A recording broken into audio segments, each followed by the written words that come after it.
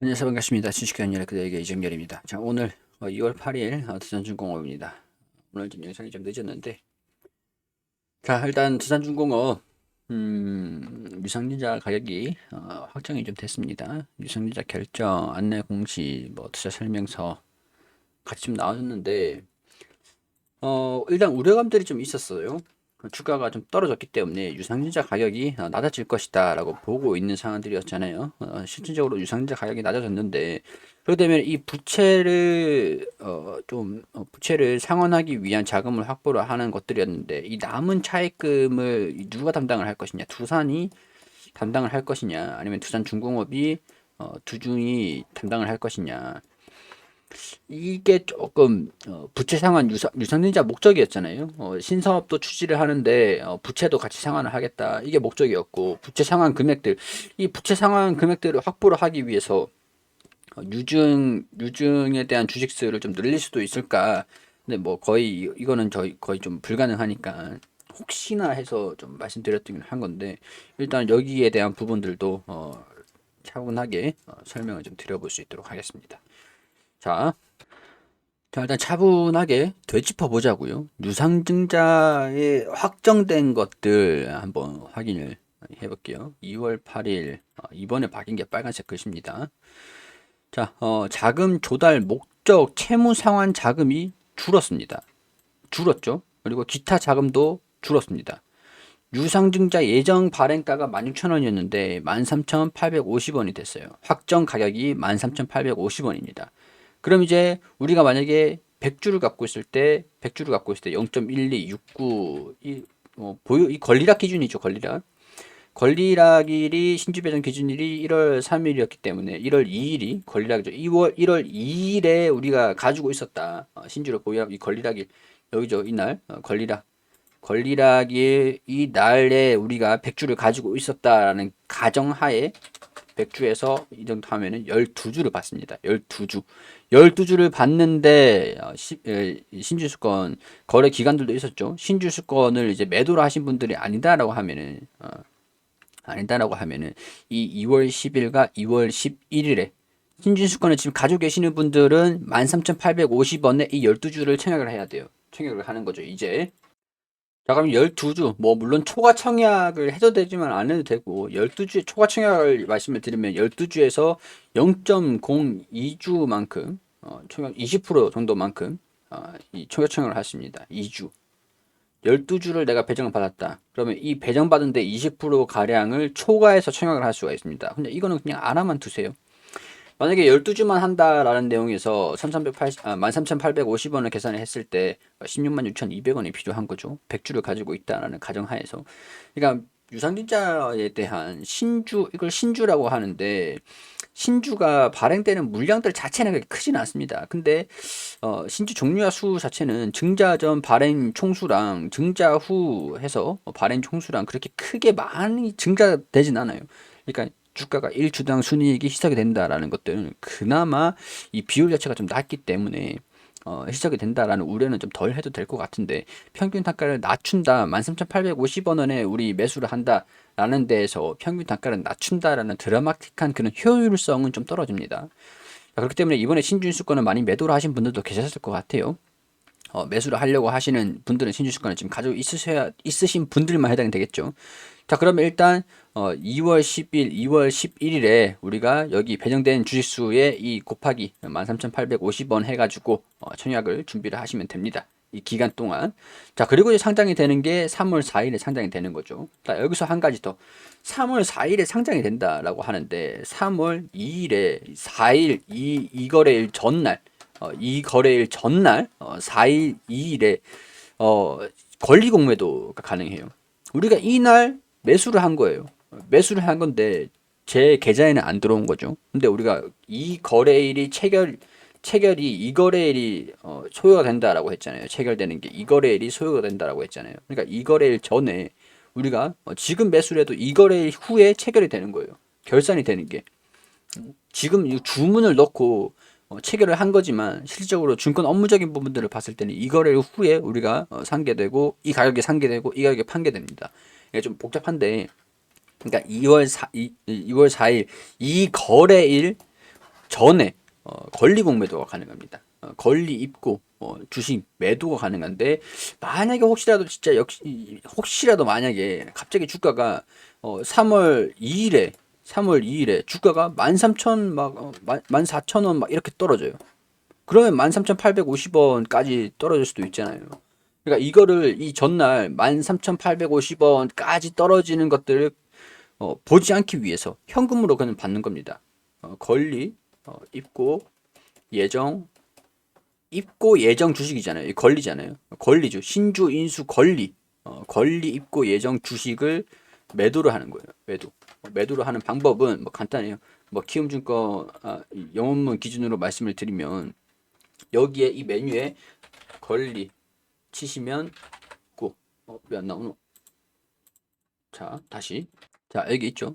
이 0306 권리 입고 예정 주식 매도 주문이 있습니다. 매도만 가능한 거예요. 매도만. 권리 우리 입고가 매수를 하는 것들은 우리 청약에서 매수를 한 거니까 매도만 가능한 겁니다. 여기에서 이 D거래일 이 거래일 전에 두산중공업에 대해서 입고 예정 주식 수량이 나오거든요. 이거를 매도를 하면 되는 거예요. 아시겠죠?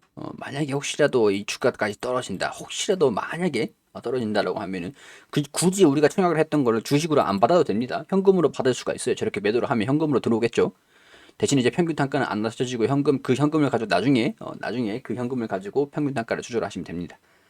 3월 4일에 상장을 하는 것들. 자, 일단 유상증자 남은 일정들을 체크가 되죠. 이렇게 되면. 근데 채무 상환 자금, 이 자금을 어떻게 또 확보를 할 것이냐.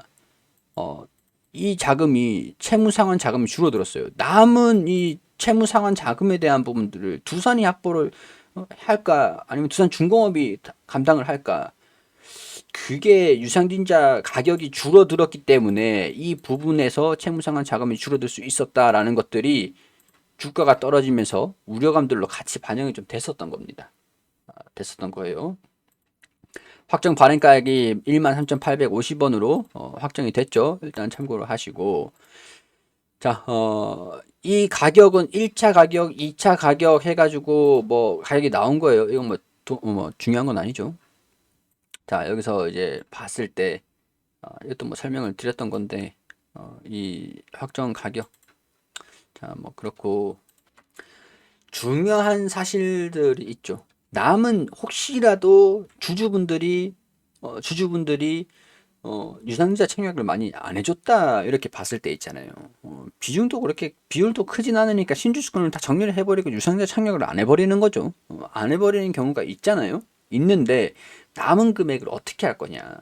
유상증자를 성공을 시켜야 되는데 그러면은 NH투자증권이랑 한국투자증권, 미래에셋이랑 KB랑 신영이랑 키움증권이 이 남은 잔액을 전부 다 인수를 한다라는 거예요. 유진, 신한, IBK, DB 얘네들은 잔액을 뭐 인수를 하여튼 잔액 인수를 다 한다라는 거예요. 이거 좀 복잡한데 하여튼 그렇게 보시면 됩니다. 이 유상증자 이 금액 줄어들었으니까 발행재 비용까지 포함을 했을 때도 뭐 그렇죠.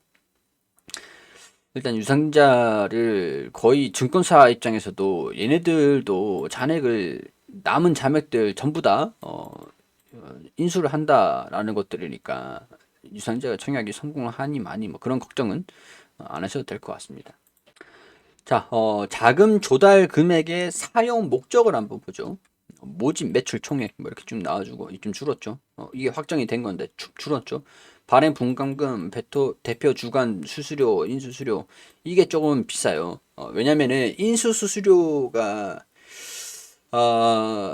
이게 그 뭐랄까 유상증자를 성공을 할 수 있을 가능성들이 높다라고 하면은 굳이 증권사들한테 남은 주식수들 니들이 좀 인수를 해줘 라고 할 필요가 없거든요. 근데 증권사에서 남은 잔액을 전부 다 인수를 하겠다라고 한 건데 그거는 신주를 발행하는 두산중공업 입장에서는 리스크를 떨어뜨리는 방법들인데 증권사에서 리스크를 전가를 시키는 겁니다.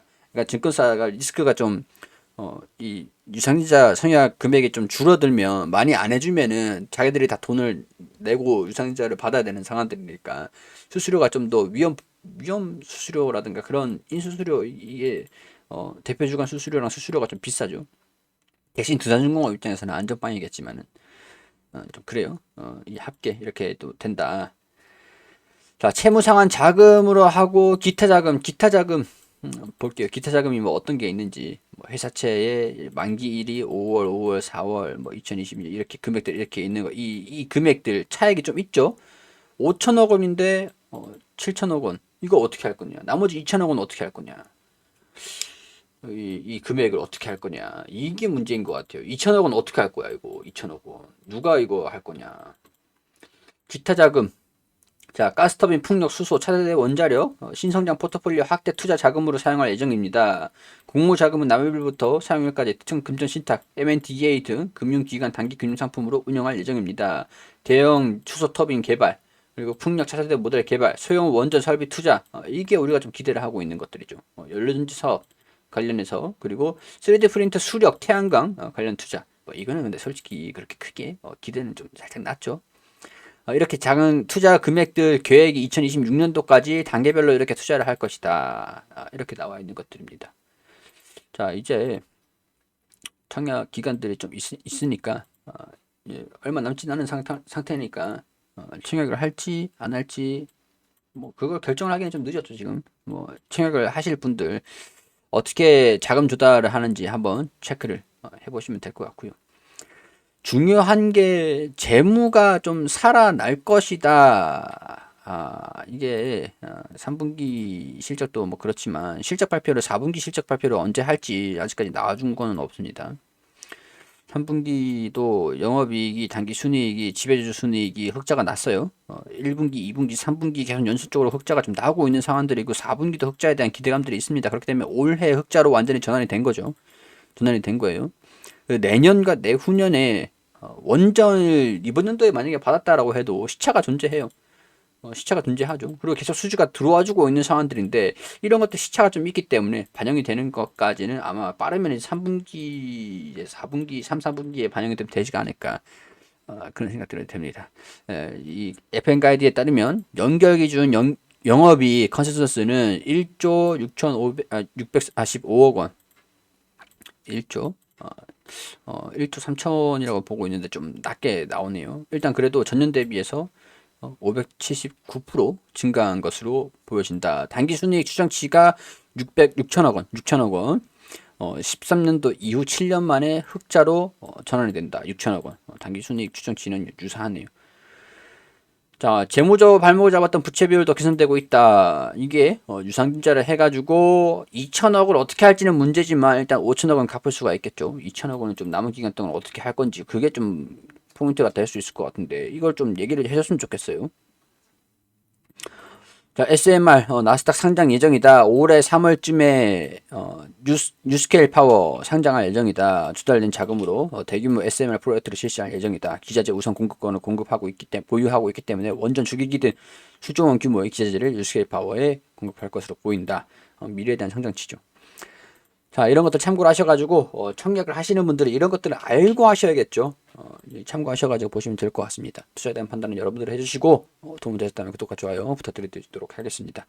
그리고 어제 제가 두산 퓨얼셀 블록딜 해가지고 두산이 이 채무자금 상환 자금들을 좀 해주지 않을까 이런 말씀을 좀 드리긴 했었어요.